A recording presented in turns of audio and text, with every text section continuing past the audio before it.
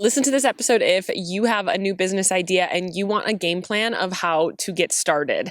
Hello, welcome to the Small Business Growth Podcast. I'm your host, Madison Page, and today we are talking about if I had a brand new product-based business that I wanted to start, this is exactly what I would do. Or if one of my clients came to me in my DMs and said, Maddie, I have a brilliant new business idea.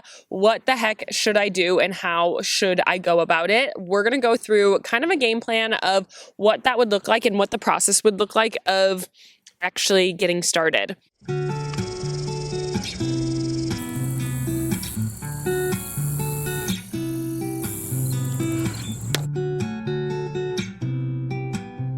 First things first is obviously we do need to know what we're selling, but it's going to dive a little bit deeper than just like, oh, like I've always made pottery, or oh, I'm an artist. Oh, like I can embroider, whatever. We need to dig a little bit deeper than that. If you are somebody that is going to kind of like invent something, if you have a product that isn't quite out there yet, we do need to kind of dig a little bit deeper. First things first is I do get the question sometimes of like, hey, Maddie, I really want to start a product-based business, but like what product should I sell? If you're at that stage, I have a couple of things that we want to look at here. First things first is scalability, something that doesn't take a ton of time to actually make, to actually create, something that has a high profit margin, meaning it's a low cost, but you can sell it for a higher perceived value, as well as something in an industry that you want to talk about and think about every single day. As a business owner, you are going to kind of live and breathe this new business, so it does need to be something that you want to think and talk about very consistently, but it also needs to be a viable business model. Some of those things is, especially if you're starting a new business, is there's ways to go through saturation, but if you could find a industry that isn't crazy saturated, find a product that is low cost to you, but it has a high perceived value, as well as something that doesn't have a lot of competition out there, which is similar to saturation, but not the exact same, as well as it's something that you want to talk about all of the time. There is a lot to going into picking a product. If you don't have one quite yet, that can be the story for another day. Let me know if you want an episode on that. But a couple of the questions we want to ask when we figure out, okay, Maddie, this is what I want to sell. Because I think a lot of people kind of come into this saying, this is what I want to sell. Is there something like it out there already? Are there other people selling it? Does it solve a problem is a really big one as well. Can it have a community at the core of selling it? So can it have, you're selling, can you get more niche around it? So you don't just want to sell graphic tees. Who are we selling graphic tees to? Can there actually be a community kind of at the core? And we want to look at intellectual property, meaning patents, trademarks, anything like that. So if you are really if you are like inventing something or if you are creating something, we want to be able to look at the intellectual property of it. Sometimes you can do your own search online. Other times you can hire a lawyer and they'll do a quick little search for you there as well. But when we're really looking at what are we selling, the major piece is, do we want to talk about it? Is it scalable? Is it something that doesn't take too long to make, or it's something that you can actually manufacture very easily? The profitability of it, as well as the overall competition. So like the day, I tell you, I have like a new business idea like every week, and I just have to like fight the urge to start a product-based business because I have one all the time, and I have one in my head that is like tippy top of my list. And this is the exact process that I went through when I thought of that. First things first is I sat down and I said, okay, are other people selling this? Does this already exist? Are there any patents or intellectual property around it? Is this solving a problem? And kind of going from there. What would I actually be selling, and what is the concept of that product? The next thing is what makes it different? What makes it different than other things on the market? What makes it different than what people are already using? If you are inventing it, what are they using right now instead of your product? And what makes your product different than that? If you are creating a product in a more saturated industry, if you are an artist, if you are, embroidering, if you are selling candles, if you are selling skincare or soaps or any of those things that are very saturated, but not to say that you can't stand out. How we stand out is we choose a really strong strong differentiator? What makes your product different than others? Does it solve a different problem? Does it have a different benefit? Is there a different stance in the industry that you take? Do you have a mission behind your brand that is different than the average? The worst thing you can do in starting a brand new business is saying, all right, I'm going to sell soaps. All natural goat milk soaps. You know how many people there are selling all natural goat milk soaps out there. We need to come up with something that makes you different. And maybe if your product doesn't inherently have something that makes you different, we either need to add one into the product, or we need to like make it part of the brand. We need to have it have a different benefit. We need to have a different mission. We need to find a way to actually stand out within your industry. You can't just have another jewelry brand anymore. You can't just have another soap brand, candle brand, like women's boutique. All of those things have a lot of people around there. We need to find a differentiator. And if you're listening to this and you're saying, Maddie, I have one of those brands, can I still add this? The answer is yes, you can always add something that inherently makes it different. But what makes it different? What problem are you solving? Is there a different benefit to yours? Is there a different style to yours? Is there something that within the industry you don't agree with and you are doing something against it or different than it? The next one is speaking about who would love your product. Now we're going to talk a little bit about your ideal customer. So this is literally when I have a business idea, this is the process I go through. What am I selling? Is it a viable model? What is the price point behind it? What would the profit margin be? And then I say, okay, is there something inherently different about it? Does it solve a problem? Does it have a certain meaning? Is it something I want to talk about every day? And then I say, okay, great. Who would actually buy this thing? The next step is who would buy it? Is it, and we don't just want to say, oh, well, women, because women buy, 85% of consumer goods in the family or something like that. It's a crazy high number. And so it's not just women, it's women that are into this. It's the motivation that they have here. It's the things they love, the things they hate, their values, their mission, their lifestyle. Who is it? Is it for curvy women? Is it for Christian women? Is it for athletes? Like, what is your product and who is it for? Why I start with looking at a differentiator prior to actually figuring out who you're selling to is because your differentiator is something that you are picking in the market, but those two things go hand in hand. Your ideal customer has to absolutely love the differentiator that you choose. And then we need to do some intense market research to really get to know this person well. What are they using instead?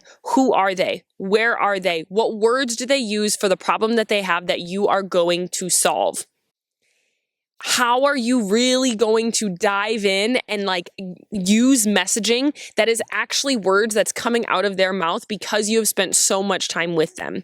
We want to get to know them well. You need to be where they are, whether that's an online forum, that's a Facebook group, whether that's just following profiles of people who are similar to them, maybe getting in rooms, going to events and going to markets and speaking to these types of people so they can see your product and you can hear their reaction. You can hear, oh my gosh, this would be so helpful in X, Y, and Z. And then that will allow you to shape your messaging later on. So you've seen here as we picked your product, we have your product all set. And then we say, okay, this product is great. It's a viable business just from the absolute stake of the product. I want to talk about it. It's profitable, all of those basic things that we talked about. And then we say, okay, what makes it different though? Is it different? Because if your answer is no, there's nothing different to it, you have to make a difference point there. Differences between businesses that are really growing fast and businesses that are kind of struggling to stand out don't have this major piece of what makes them different. And then we want to really look at who is going to love this difference in the market. Who is going to love it? Is it for handymans or is it for the DIYers? Is it for athletes or is it for people that work from home or is it for people that drive trucks or is it for people that drive electric vehicles or whatever that might be? Who is it? Who are they? And what do they really love about your product? What would they say about it? What would they say about the products they are currently using that they don't really like? We want to get to know them really well. Because if you know who this person is, now we can sit back and look and say, okay, we have people. We have the what, who, and the how, basically. The what is what are we selling? The who is who are we selling it to? And how are we different? Those are three major pillars. And then we can look there and we can say, okay, what are we selling? we have this product. Is that something that we actually want to sell? Is it something that we can scale? Is it something that can make money because it has a high profit margin? Some things you want to think about is it hard to ship? Is it heavy? Is it glass? What are all of these things? And now we want to start thinking of potential things that could get in the way. Because what I see a lot of times when people start a business is they say, Maddie, I want to start a business, and they dive headfirst into it without really fully thinking through the process. And then they sit down and they say, shoot, I didn't think about that. And you're always going to have things that pop up that you didn't think about before you started your business. You will always have some things that you're like, wow, that's not something that I expected to struggle with, but here we are. That's okay. But we're trying to really think about those things first that are going to make it harder for you to scale. A lot of times I have people that they'll do candles, or they make mugs, or they have something that is like heavy, or it's glass. It's hard to ship. It's hard to package. It's expensive to ship. It's expensive to package. All of those different things, we want to kind of start thinking about the logistics of it. How would I make it? How long would it take me to make it?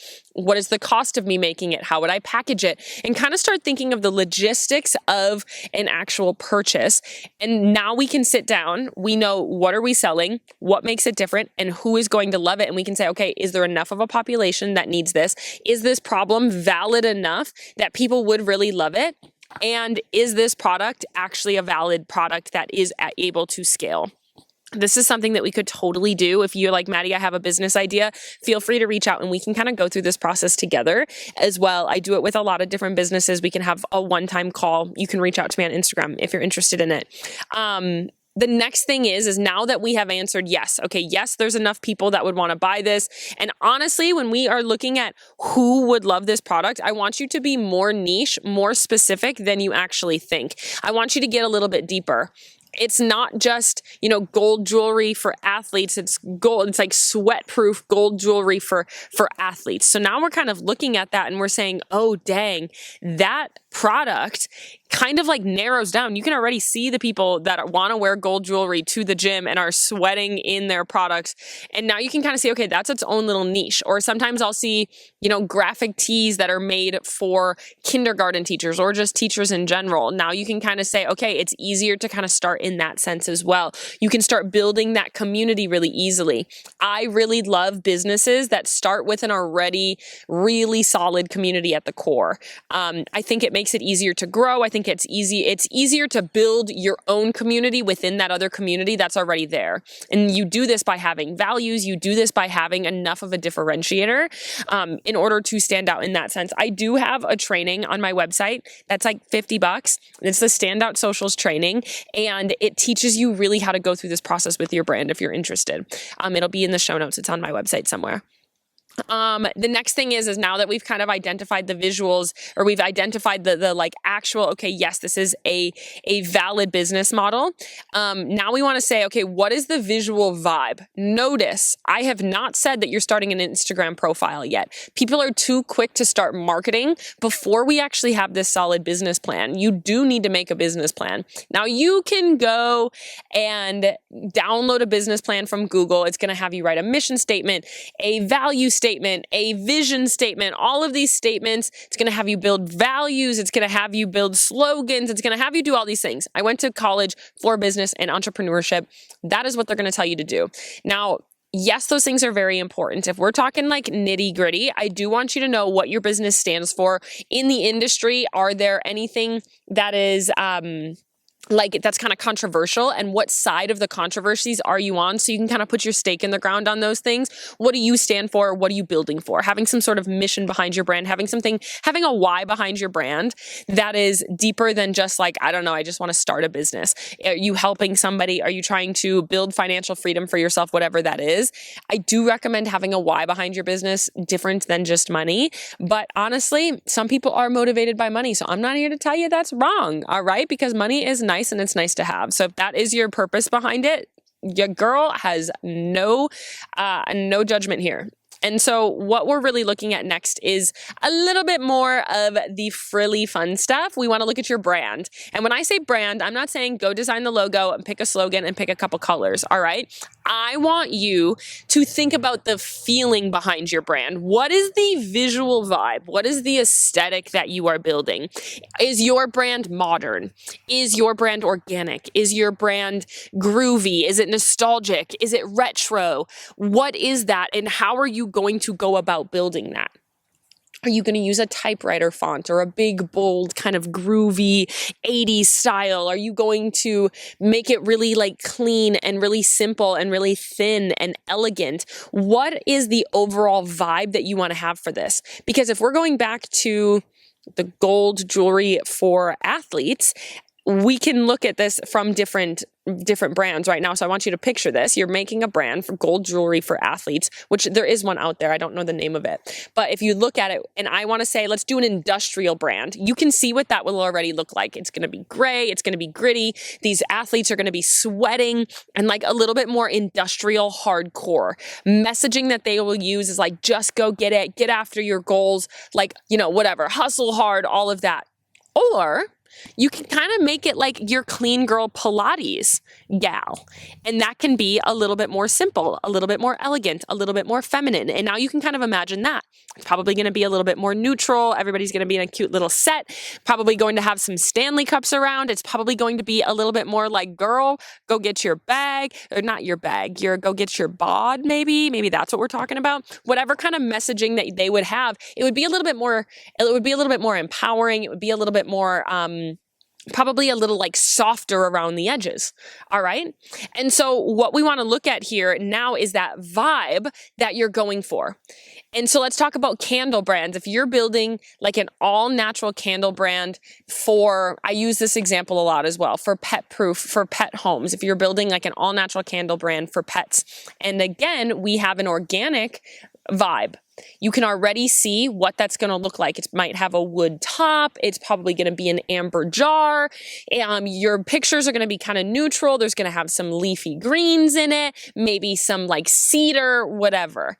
And then if we have like a modern vibe to it, it's going to be very, very black and white. It might have like a light pink. The font could be totally different. And so with your product, you can kind of create the vibe that you want around it. But it's really important when you start your brand, when you start your Instagram profile, when you start your website, you start it from the beginning with this, because yes, you can rebrand, you can always rebrand, but it is good to have all of this set up before you even start marketing your product, before you even start like fully creating the product that you want to have, so you can make sure that all of these things are cohesive. Do the visuals match your ideal customer? Are the visuals something that your ideal customer would really love? Is this differentiator something that matches your ideal customer? You can kind of now go back and say, okay, does my vibe match my who? Does the vibe match the differentiator? Does the vibe match the actual product that I am selling? We don't want to have too much friction in, what your product is versus your branding, but sometimes it's kind of fun to have a brand that's a little unexpected. Good Girls Pickles, I don't know if you guys have seen them. They've kind of gone viral. It's like, I don't know if they're sisters or they're best friends. They basically started a pickle company, but they just started creating content on social media prior to actually launching.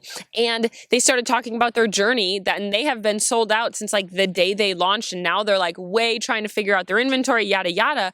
But they built this pickle brand based on just like, we're the girls that love the pickles. And it's a really fun brand, and they really differentiated by their brand. It's very unexpected, and it was something that really stood out. Their content really stood out, and that allowed them to go from there. So that brings me to the next step. We now have your visuals. We now have your why behind your brand. We now have what you're selling, who is going to love it, what makes it different. And you have started to say, okay, this is a valid business model. It's profitable, it's scalable, it's marketable, there's enough people out there that actually want to buy it.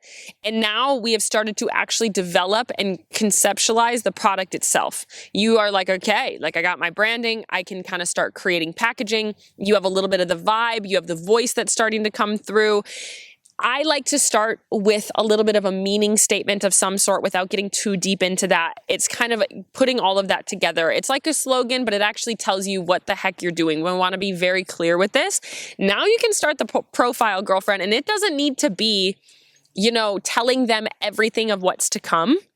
It can be something that's kind of just teasing. If you have the product, if you don't have the product quite yet, if you're ready to launch, if you're not, I always recommend having some sort of new business launch strategy. But if you are a few weeks to a few months to even like a year out from actually launching a product, you can start to build community first.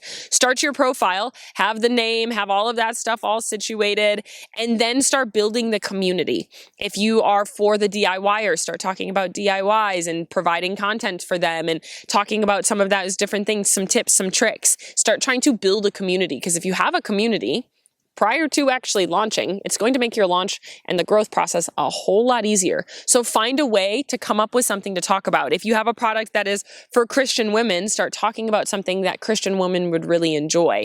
If you are having something for all natural moms, or you're trying to get people into living more naturally, start creating content and educating them around what that really means and what they're doing right now that isn't natural. And so basically what you want to do here is, if I were to be starting a brand new product-based business, I would be doing this from like as soon as I had my product idea and I've conceptualized my business. Now, this doesn't mean that you need to go out and say, this is exactly what my product is. This is what we're going to be selling. Here's product photos. This doesn't mean that I want you to go out there and start talking about, like, this is my journey of starting a new small business. Why? Because then you're going to grow a brand of small business owners. The most important part here is, do not create content that is like, come with me to start a small business.